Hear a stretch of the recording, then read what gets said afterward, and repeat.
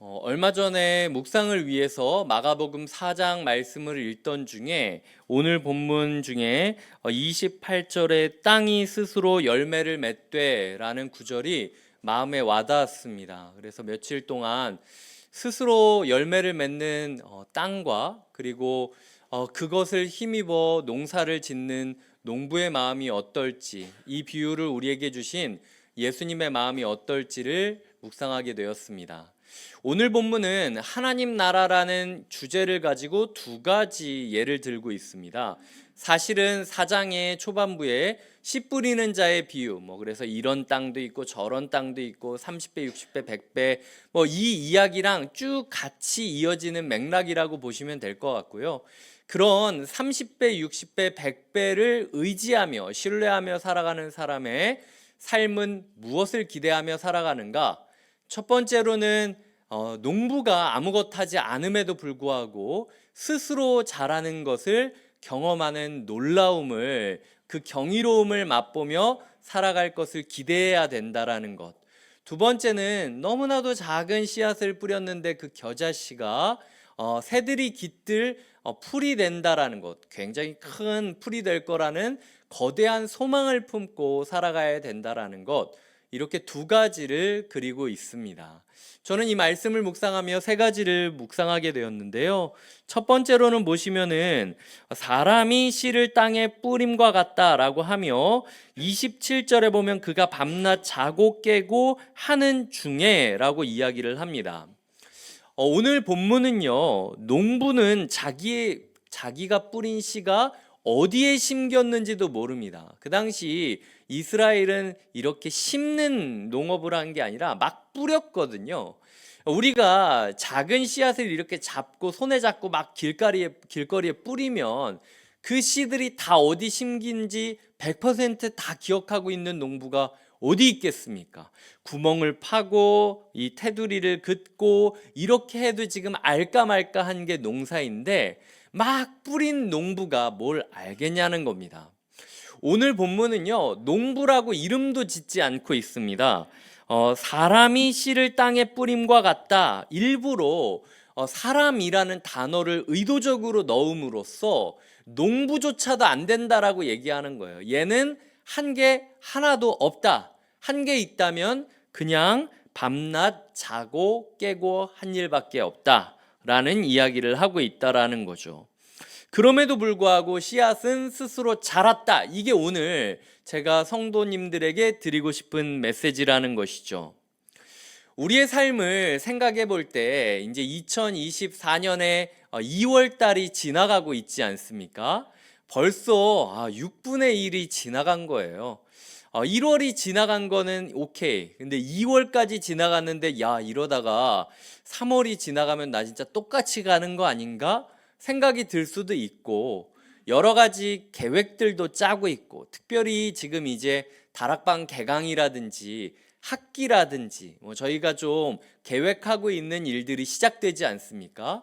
어떤 새로운 시작점, 달릴 준비를 마치고 방학을 마치고 달리기 위하여 고민하고 있는 우리 마음 가운데 혹시라도 내가 뭐라도 되는 것처럼 생각하는 사람이 있다면 내려놓으라는 거예요. 하나님은 우리를 농부라고 부르지도 않습니다. 그냥 넌 사람이다. 이게 저한테 얼마나 큰 위로가 됐는지 몰라요. 학기를 앞두고 이제 2년 정도가 되는 곁에 있는 교회를 위해서 1년은 서툴렀다 치자. 그리고 이제 온전히 1년을 보냈으니 이제는 좀 뭔가 기틀이 닦아져야 되지 않을까? 연초부터 이것도 고민하고 저것도 고민하고 밤잠을 이루지 못하면서 하나님께 이게 맞습니까? 저게 맞습니까? 좌충우돌하면서 보내왔습니다. 이제 3월을 앞둔 제 그 마음의 어떤 중간 점검은요, 저는 정말 한치의 거짓도 없이 성도님들 모두가 행복하기를 바라는 마음으로 정말 최선을 다하여 고민을 하고 노력을 했지만, 그럼에도 지금 제가 고백하는 건 한없이 부족한 저의 모습을 본다라는 거예요. 근데 그런 저에게 농사꾼이 농사도 제대로 못 짓고 너 뭐 하는 거냐? 신학교에서 뭐 배웠냐? 사역 현장에서 뭐 배웠냐? 라고 하시는 게 아니라 하나님이 제 마음에 아이고 사람아, 난 너 그냥 어떤 역할이나 아니면 효율로 너를 대하는 게 아니라 그냥 사람으로 보고 있어. 땅은 스스로 열매를 맺는 거야. 네가 열심히 하는 건 내가 이해한다. 내가 열심히 하지 말라고 해도 열심히 하겠지. 사실 그러니까 내가 너를 사랑해서 이 자리에 세운 거야.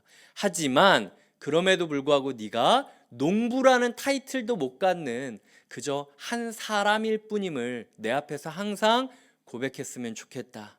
결국 농사는 땅이 하는 것이고 네가 노력해서 교회가 갑자기 잘 되고 모든 사람이 행복하고 그리고 모든 사람이 행복하지 못하고 누가 조금 마음이 아프면 네가 잘못한 거고 이런 거 아니라는 거예요. 하나님께서는 우리의 마음 가운데 조금은 힘을 빼라. 너무 고민하다가 너무 염려하다가 오히려 지금 이 사람이 했던 유일한 일인 자고 깨는 일조차 하지 못하고 있는 게 우리의 삶이 아닌가. 사실 하나님이 맘 편히 자도 된다. 그냥 일어나라. 잘 자고 잘 일어나는 것만 해라. 라는 게 이제 오늘 말씀이 주는 교훈인데 저는 솔직히 고백할 때 잘 자고 잘 일어나는 것도 잘 못해요. 왜냐하면 신학기 앞두고 이리저리 성도님들이 좀 부족한 게 없나, 제가 혹시 실수한 게 없나 돌아보면서 저 스스로도 잘 자고 잘 일어나는 그 기초적인 일도 못하는 모습을 보고 있다라는 거죠. 혹시 이 자리에 계신 성도님들은 어떻게 살아가고 있습니까? 훈련생들은 이제 훈련을 시작하면서 그리고 오리엔테이션을 끝내면서 순장님들은 이제 새로운 다락방을 맞이하면서 교사들은 이제 겨울 수련회, 겨울 일정을 지내고 본격적인 학기를 준비하면서 각자가 각자의 마음을 가지고 있지만 하나님께서는 힘을 조금 뺐으면 좋겠다 라고 이야기를 하는 거죠. 너의 마음 가운데 염려와 걱정과 두려움이 있느냐? 담대하라. 네가 하는 게 아니라 땅이 스스로 열매를 맺을 것이다 라고 이야기하시는 하나님을 의지해야 된다라는 것. 동시에 내가 뭐라도 되는 것처럼 힘을 잔뜩 주고 계시는 분이 계시다면 힘 빼시기 바랍니다. 교만한 자, 자기가 무슨 농사꾼이라도 된 것 마냥 자기가 아니면은 이 곁에 있는 교회 식구들 아무도 돌보지 못할 것 같은 그런 어떤 마음을 가지고 있는 사람이 있다면 하나님이 의도적으로 고개를 꺾으실 때가 있다라는 거예요. 겸손해라. 너 아니어도 내가 일할 수 있다라는 걸 보여주고 싶다. 어쩌면 그것이 증명되는 시간이 지금 이 시간이 아닐까라는 것. 하나님께서 오늘 우리에게 주시는 말씀이라는 거죠. 제가 굉장히 좋아하는 교육학자, 사회학자 중에 일본의 우치다 타츠루라는 학자가 있습니다. 근데 그 사람이 했던 여러 가지 이야기들이 저한테 영향을 주었는데 그중 하나는 그가 이 시대를 평가할 때에 실패 가능성이라는 단어를 들어서 설명하고 있는 구절이었어요. 있는 집 자식들은 소위 말해서 아주 그냥 금으로 된 금수저라고 하는데 금수저 그 사람은 어떤 터널을 비유합니다. 인생을 갈 때 미리 누군가가 뚫어놓은 터널을 그냥 지나가는 사람과 굽이굽이 막 걸어 다니면서 이 산골짜기를 오르는 사람들이 있지 않습니까? 터널이 보장된 사람은 조금 가다가 아닌 것 같아도 유턴할 수 있는 실패 가능성이 있습니다. 오히려 내가 실패해도 된다라는 마음이 들기 때문에 남들보다 덜 쫓기고 그러니까 까짓것 안 되면은 다시 한번 해보지 라는 여유가 생기니까 오히려 야 이번에 나 실패하면 끝이야 내 인생 완전히 벼랑 끝에 서 있어 라고 막 사활을 가지면서 달려드는 그런 사람들보다 훨씬 더 성공할 수 있는 가능성이 높다라는 거예요. 그렇기 때문에 그 학자는 학교나 사회가 없는 집 자식에게도 실패 가능성이 있다라는 걸 가르쳐 줘야 된다. 이런 얘기를 하는 구절이었는데 여튼간에 오늘 제가 이 말씀을 읽으면서 하나님께서 우리에게 농사 너는 사람이니까 농부라고 부르지도 않겠다. 이게 열심히 사역하지 말라는 얘기입니까? 그건 아니에요. 하나님이 아무것도 하지 말라 그랬으니까 저는 아무것도 안 합니다. 이거는 예전에 달란트 비유라는 곳에 보면 한 달란트나 받았는데도 주인이 원하지 않을 거라고 생각하면서 땅에다가 그 달란트를 묻어버리는 것처럼 하나님이 우리에게 사역의 기회를 주셨으면 최선을 다해 뿌려야죠. 근데 그럼에도 불구하고 여기서 이야기하는 건 우리에게 실패 가능성이 주어졌다라는 것을 잊지 말아야 된다라는 겁니다. 올해 다락방 망할 수도 있습니다. 그런다고 교회 망합니까? 그런다고 하나님 나라 망합니까? 하나님 나라는 절대로 안 망한다라는 게 오늘 예수님이 하고 싶은 이야기인 거예요. 제자들이 봤을 때 나중에 마가복음이 끝났을 때 수많은 씨를 예수님이 뿌리지 않았습니까? 딱 하나만 발아했어요. 뭐죠? 예수 그리스도라는 존재만 올바르게 싹이 트였고요. 나머지 다 뭐 길바닥에 떨어진 씨, 돌짝밭에 떨어진 씨, 가시덤불에 떨어진 씨와 같았습니다. 근데 그 예수 그리스도라는 씨 하나가 딱 십자가와 부활로 우물 트기 시작하자 30배, 60배, 100배가 됐다라는 게 제자들이 경험했던 삶의 모습이라는 거예요. 올해 우리의 삶이 소위 말해서 망할 수도 있다라는 거예요. 망해도 된다. 오히려 그게 너에게 평안을 줬으면 좋겠다. 날마다 막 쫓기듯이 내가 여기서 말실수 한번 하면 나 이제 완전히 하나님께 버림받을 거야. 내가 여기서 다락방 식구들이랑 조금만 엉키면 나는 이제 곁에 있는 교회에서 얼굴 들고 못 다녀. 이렇게 쫓기듯 살지 말았으면 좋겠다. 실패해도 된다. 하나님께서 우리에게 이 말씀을 하시는 따뜻한 마음을 우리가 경험할 때 오히려 아이러니하게도 성공 가능성이 높아진다라는 것을 우리가 기억해야 된다라는 거죠. 보장된 승리 위해서 사역하라. 이게 제가 드리고 싶은 메시지입니다. 땅이 스스로 열매를 맺는다라고 보장을 하고 있는데 이미 우리 곁에 있는 교회는요, 하나님 나라가 이루어질 게 보장된 공동체인 겁니다. 이광희 목사가 설교를 하는데 몇 명이 졸고 몇 명이 꾸벅꾸벅거리고 그거 신경 쓸 필요가 전혀 없어요. 이광희 목사가 이야기를 하거나 아니면은 뭐 다른 분이 설교할 때 막 50명이 오는데 제가 설교할 때 30명이 오고 이걸로 제가 제 사역의 성공과 실패를 가늠할 필요도 없다라는 거죠. 다른 교회가 몇 명이 왔는데 우리 교회는 몇 명이 왔다, 이런 걸로 우리가 사역의 성공과 실패를 규정지을 필요도 없다라는 거예요. 저는 이미 곁에 있는 교회 안에서 많은 영혼들이 회복되어지고 변화되어져 있는 것을 보고 있습니다. 거의 10년, 15년 동안 가족의 구원을 위하여 기도했을 때 응답되지 않는 것처럼 답답해했지만 지금 교회가 시작된 지 2년도 되지 않는데 어느새 내 옆에 내 배우자, 나와 함께 내 아이들이 예배드리고 있는 것을 보게 될 때가 있어요. 그리고 교회를 찾지 못하고 방황하던 성도님들이 그래도 여기는 받아주는 그 마음들이 너무 고맙다라고 이야기하시면서 나를 위해 준비된 교회겠다라고 이야기하는 사람 한 사람이 있다면 이미 하나님의 나라가 임한 것 아니겠습니까? 내가 여기서 인도를 잘하고 못하고 내가 여기서 주일학교 아이들이랑 지지고 볶고 하는데 애들이 말을 잘 듣고 안 듣고 이거는 다 두 번째 문제라는 거예요. 예수님께서는 최종적인 승리는 보장하셨습니다.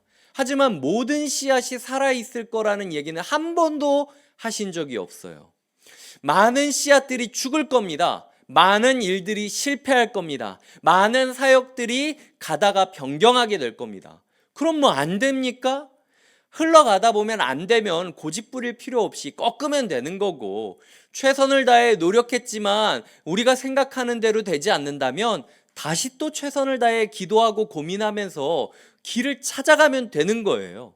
그걸 가지고 내 존재가 뭐 실패했네, 성공했네, 교만하거나 좌절할 필요는 전혀 없다라는 거죠. 주님께서 우리의 삶에 딱 하나의 성공만 주신다면 다른 모든 건 실패해도 가능성이 있다라는 걸 믿으십니까? 그럼 되는 거예요. 그거 하나 붙잡고 내 말 지지리도 이해 못하는 내 가족들, 내 생각 지지리도 이루어지지 않는 내 육체들, 뭐 원망하고 탓할 것 없이 그래, 예수 그리스도라는 씨앗 하나만 내 인생에 움트기 시작한다면 다른 거 다 실패해도 괜찮아 라고 생각하면서 걸어간다면 조금은 더 여유 있어지고 조금은 더 따뜻해질 수 있는 공동체가 될 수 있다는 게 하나님께서 우리에게 주고 싶은 메시지라는 것이죠. 두 번째로 제가 이야기 드리고 싶은 건 과정은 필수적이라는 거예요. 걸음마를 두려워하지 말라는 겁니다. 28절에 보면 땅이 스스로 열매를 내는데 갑자기 짠 하고 막 그 콩알 심었을 때 이게 잭과 콩나무처럼 어느 날 갑자기 눈 떴더니 하늘 위까지 뚫는 그런 나무가 돼 있습니까? 그게 아니라 28절에 보면은 싹이요 이삭이요 이삭에 충실한 곡식이라 라고 예수님이 의도적으로 과정을 지금 짚어주고 계시는 거예요. 싹을 보지도 못했는데 충실한 곡식이 필요하다 마다 뭐 얘기하면서 너무 급하게 달려갈 필요 없다라는 겁니다. 솔직히 말하자면 우리가 뭐 20년 된 교회도 아니고 지금 이제 2년도 채 안 된 교회인데 이 정도면 좀 싹이 나고 있는 거 아닙니까? 제가 봤을 때는 오늘 자리 배치가 너무 잘 돼서 마치 모판에 이렇게 하나씩 지금 이렇게 잘하고 있는 거예요. 네. 이게 다 뭐 30배, 60배, 100배 되면은 얼마나 풍성한 논밭이 일궈지겠습니까? 이걸로 저는 만족해요. 이걸로 감사할 수 있다라는 거죠. 우리의 삶에 있어서 갑자기 뭐 짠하고 막 와 뭔가 바뀌고 막 짠하고 막 워 하고 바뀌고 이게 우리가 봤을 때는 뭔가 좋아 보일 수 있지만요. 갑자기 그렇게 바뀌면요. 의외로 헛헛해지는 경우가 많이 있습니다. 왠지 내가 이제 중요한 존재가 되지 않은 것 같고 왠지 내가 이제는 필요 없는 것 같고 나는 이제 조금 숨어 있어야 될 것 같고 쓸데없이 그런 생각들이 자꾸 드는 거예요.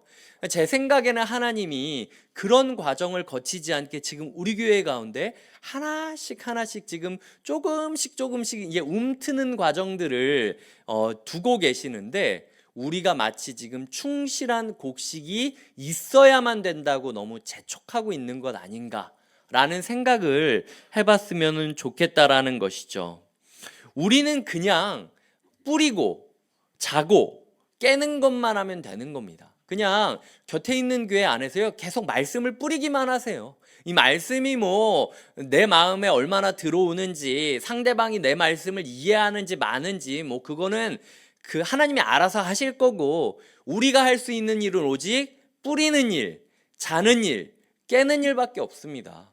요즘 잘 주무시고 계십니까? 요즘 잘 일어나고 계십니까?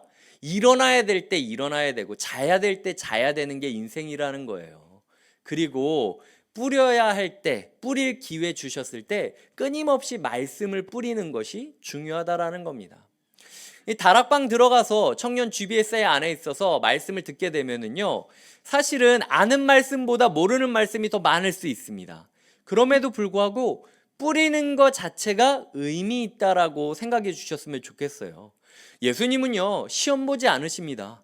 얼마나 말씀 잘 숙지했냐고 시험 보고 천국문에 들어가는 게 아니라 그냥 하나라도 움텄다라고 하면은 내가 열매 맺어 주겠다라고 약속하시는 게 예수님이에요. 다락방 들어갔더니 도통 모르는 얘기한다. 나는 어울리지 않는 것 같다. 오히려 어울리지 않으니까 더 있어야 된다는 거예요. 차라리 혼자서 씨 뿌리는 사람은 자기가 셀프로 씨라도 뿌리지. 뭐 가만히 내버려두면 말씀이랑도 멀어지고 씨랑도 점점 멀어질 게 뻔한데 순장님이 뿌리는 씨라도 벌리면서 먹어야 되지 않겠습니까? 그냥 내가 무슨 소린지 알아듣지 못해도 나를 포기하지 않는 순장님을 보면서 위로받으시고 감사해 하시고 그게 하나님의 선하신 모습이라고 받아들이신다면 우리의 다락방을 참여하는 자세로서 그보다 더한 자세는 없다라는 거죠. 그러다가 뭔가 씨앗이 하나 움트기 시작하고 난 몰랐는데 예전에 비해서 내가 조금 바뀌었네? 라고 느껴지게 되면 그게 이제 대박이 터진 거예요. 그 한순간을 위해서 우리가 지금 걸어가고 있다는 걸 기억하면서 우리가 모든 순간 이해되지 않는다 할지라도 끊임없이 내 마음에 씨를 뿌리고 말씀의 씨를 뿌리고 그저 잘 자 그리고 잘 일어나야 될 때 일어나는 것이다 라고 생각을 한다면 하나님께서 그 인생에 분명히 축복을 부어주실 것을 믿으시기 바랍니다. 첫 번째로 제가 이야기했던 건 사소한 행동이 큰 결실을 맺는다라는 이야기를 드리며 우리가 교만할 필요도 없고 그리고 주눅들 필요도 없다. 확정적인 승리를 붙잡고 끊임없이 예수 그리스도라는 씨앗 하나가 우리의 삶에 움트기를 갈망하자라고 이야기를 드렸고 두 번째로는 과정은 필수적이다라고 이야기를 드렸습니다. 싹이 트지도 않았는데 충실한 곡식을 바라지 말고 그저 뿌리고 잘 때 자고 일어날 때 일어나자. 이걸 인생의 목표로 삼고 2024년도에 목표로 삼자. 이게 주님께서 우리에게 주시는 두 번째 말씀이고요. 세 번째로는 너무나 위대하지만 아무 일도 아니라는 것을 잊지 마셨으면 좋겠습니다. 마지막으로 보면 겨자씨 비유가 있는데요. 이 겨자씨 한 알이 거의 들깨 한 알과도 같은 크기거든요. 예전에 저희는 저만 그랬는지 모르겠는데 책받침으로 이렇게 겨자씨를 이렇게 넣어서 코팅을 한 다음에 주일학교 선생님들이 이렇게 나눠줬습니다. 그래서 이 겨자씨가 네가 이 겨자씨 같지만 언젠가 네가 엄청 크게 자랄 거야라고 이야기를 하는 걸 보면서 제가 어렸을 때 너무 궁금한 마음에 그 책받침을 잘라가지고 겨자씨를 심어본 적이 있었어요. 안 자랐죠. 네. 네, 하여튼 들깨 하나 같은 겨자씨를 심었는데 막 새들이 깃들 존재가 된다니까 얼마나 두근두근 거리겠습니까? 나중에 제가 신학교에 들어가서 이 겨자씨가 어떤 건지를 한번 찾아봤습니다. 겨자씨가 평균적으로 몇 센치가 자라는지 아십니까? 몇 센치가 자랄 것 같으세요? 120cm가 자랍니다. 저희 아이가 130이 좀 넘거든요. 제 아이보다도 지금 낮은 거예요. 그러니까 오늘 본문을 보면은 새들이 깃든다라는 말만 읽으면 우리가 생각했을 때 엄청나게 큰 나무가 있고 그 나무에 막 새들이 막 이렇게 짹짹짹짹 거리면서 이 깃든 걸로 생각하지만요. 120이라니까요. 120. 예. 그러니까 나무라고 얘기를 안 해요. 뭐라고 얘기하냐면 모든 나무보다 커지며가 아니라 모든 풀보다 커지며 라고 쓰여지고 있습니다. 이 풀이 원어로는 나물이에요. 나물. 그러니까 네가 이 겨자씨만한 들깨 하나가 120, 길게는 최장 2m 정도까지도 자라는 것도 있었다라고 하는데 그 길어봤자 2m도 안 되는 존재가 인생이라는 거예요. 사실은. 네. 하지만 그럼에도 불구하고 네 시작이 들깨 하나지 않았냐 라는 거죠. 하나님께서 우리의 인생을 들어서 엄청난 일들을 쓰시겠지만 사실은 커봤자 2m도 안 되는 작은 나물들에 불과하다라는 것을 기억할 때 우리는 우리의 인생의 힘을 좀 빼고 하나님께 우리의 삶을 의탁할 수 있다라는 것을 잊지 말아야 된다라는 거예요. 이게 은혜지 않습니까? 120cm밖에도 되지 않는 풀에 새가 깃들 수 있다라는 게 신비이고 은혜이지 않습니까? 내가 나를 봤을 때는 여전히 아무것도 아닌 존재이고 자라려고 노력을 해도 120밖에 안 되는 어린아이밖에 안 되는 높이이지만 그럼에도 불구하고 나라는 그늘조차도 쓸모가 있다라는 것, 누군가는 나라는 그늘에 쉬어갈 수 있다라는 것 자체가 하나님이 주시는 위로이고 은혜이지 않습니까? 올해 우리가 그것을 꿈꿔야 된다라는 거예요. 내가 막 다른 풀들을 다 지배해가지고 나만 막 10m, 100m 될 걸 꿈꾸는 게 아니라 어차피 내 인생 풀떼기 인생, 자라봤자 큰 풀이고 2m도 되지 않는 내 인생, 그냥 나라는 작은 그늘에서라도 작은 새 하나 쉬어갈 수 있다면, 우리 다락방 식구 한 명이 올해는 집사님이랑 다락방이라서 너무 다행이에요. 내가 위로받을 데가 없었는데 그래도 집사님이랑 있으니까 너무 좋아 라고 이야기하는 한 소리 들을 수 있다면 그것만으로 충분한 것 아니겠습니까? 어쩌면은 내가 막 높고 큰 나무가 아니라 작은 나무기 때문에 나만 작은 게 아니라 당신도 작으니까 내가 좀 위안을 얻을 수 있어, 이 얘기라도 들을 수 있다라는 거죠. 하나님께서 우리를 큰 일을 하게 만들어 주시겠지만 사실은 하나님 입장에서 봤을 땐 아무것도 아니라는 것, 그 사실을 기억하며 날마다 겸손과 감사로 살아가야 된다라는 것, 이것이 주님께서 오늘 말씀을 통하여 우리에게 주고 있는 교훈이라는 것이죠. 말씀을 맺겠습니다. 이제 학기가 시작됩니다. 3월이 다가오고 있습니다. 어떤 마음으로 지내시겠습니까? 나는 실패해도 된다. 하나님께서 확정적인 승리를 보장해 주셨기 때문에 내가 2m도 되지 않는 풀떼기 인생이라 할지라도 그저 새 하나 나에게 그늘에서 쉬어갈 수 있다면 그걸 꿈꾸고 기대하면서 신학기를 맞이하겠다. 요 정도면 충분한 거예요. 하나님께서 우리를 반드시 사용하실 것을 믿으십니까? 그리고 사용하지 않아도 괜찮아요. 하나님이 하신다라는 거예요. 그냥 이 마음으로 우리가 하나님께 감사하고 기대하며 살아가시는 저녁 되시길 주님의 이름으로 부탁드립니다. 함께 기도하며 나아가겠습니다.